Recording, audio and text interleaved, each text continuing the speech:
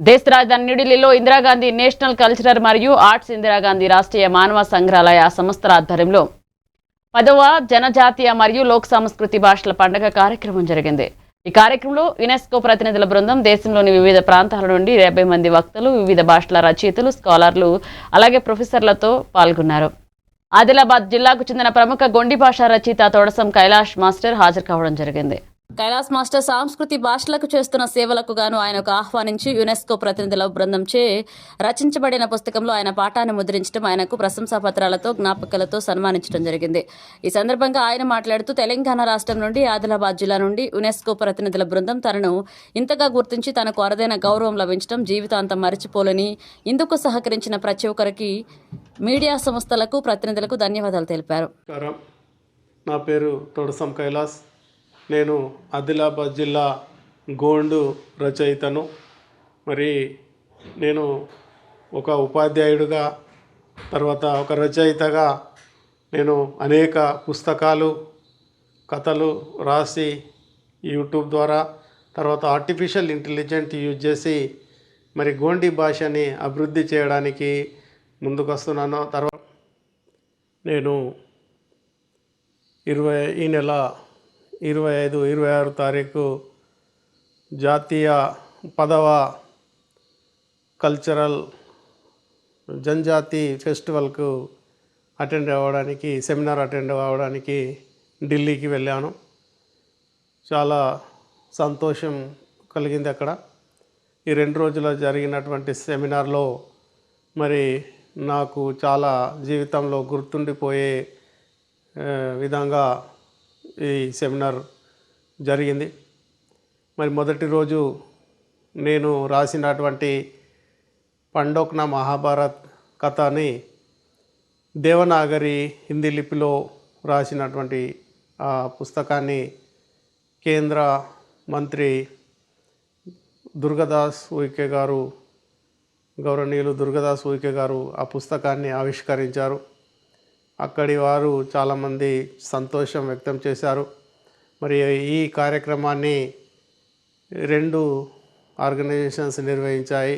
ఒకటి మానవ సంగ్రహాలయ ఢిల్లీ, తర్వాత centre for cultural and art New Delhi వారు సంయుక్తంగా నిర్వహించిన ఈ కార్యక్రమంలో మరి నన్ను ఆహ్వానించి మరి అక్కడ వేదికలో మాట్లాడే ఒక అవకాశం కల్పించినందుకు నేను చాలా సంతోషం వ్యక్తం చేస్తున్నాను.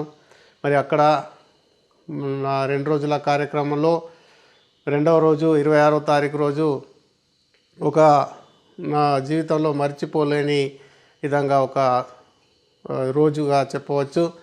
ఎందుకంటే ఆ రోజున వేదిక మొదటి సెషన్లో నాకు వేదిక పైన ఆహ్వానించారు. మరి ఆ సందర్భంలో వేదిక పైన ముఖ్య అతిథిగా వచ్చినటువంటి యునెస్కో జాతీయ కార్యనిర్వాహక సభ్యురాలు, లింగ విద్యా జాతీయ కార్యనిర్వాహక సభ్యురాలు మరి హుమా మసూద్ గారు వచ్చి చైర్ చేశారు. మరి అప్పుడు ఆ సందర్భంలో మరి నా గురించి ప్రస్తావన రావడంతో కైలాస్ గారి పక్కన నేను కూర్చోవడం చాలా ఆనందంగా ఉందని ఆమె అన్నారు. మరి అంత గొప్ప కార్యక్రమం అంటే నన్ను అంత గుర్తుంచుకోవడం నన్ను చాలా సంతోషంగా ఉంది. మరి ఎందుకు ఆమె హుమా మసూద్ మేడం గారు యునెస్కో సభ్యురాలు. మరి ఆమె నా గురించి ఇక్కడ ఈ పుస్తకంలో 2005లో ప్రచురించినటువంటి పుస్తకంలో నా గురించి ప్రస్తావించిన విషయాన్ని ఆమె చెప్పడం జరిగింది. దాంతో ఆ పుస్తకం ఒకటే ఆమె చేతిలో పట్టుకొని అయితే ఆ పుస్తకము ఈ పుస్తకం నాకు సందర్భంగా బహూకరించారు. మరి ఆమె నా యొక్క వేషధారణ చూసి, నేను వేసినటువంటి ధోతి, ఈ పంచె ఇవన్నీ చూసి చాలా ఒక సాంప్రదాయబద్ధంగా ఉన్నారని ఆమె చాలా సంతోషం వ్యక్తం చేసి మరి ఒక సినిమా తీద్దామని నాతో అన్నది. మరి ఇందులో ఇక్కడ ప్రచురితమైన రిపోర్ట్లో నా గురించి ఇక్కడ ప్రస్తావించడము మన ఆదిలాబాద్ జిల్లా వాసులకే గర్వకారణంగా చెప్తున్నాను. మరి ఈ విధంగా నేను ఆమెను మళ్ళా కలిసి ఆమెతో నాతో ఒక ఫోటో దిగాలని ఆమె అంది. నేను ఫోటో దిగాను. మరి భవిష్యత్తులో ఆమె నా గురించి మరిన్ని కార్యక్రమాలు చేసి నేను చేస్తున్న కార్యక్రమాలన్నీ కూడా ఒక డాక్యుమెంట్ చేస్తామని ఆమె అన్నారు. చాలా సంతోషం.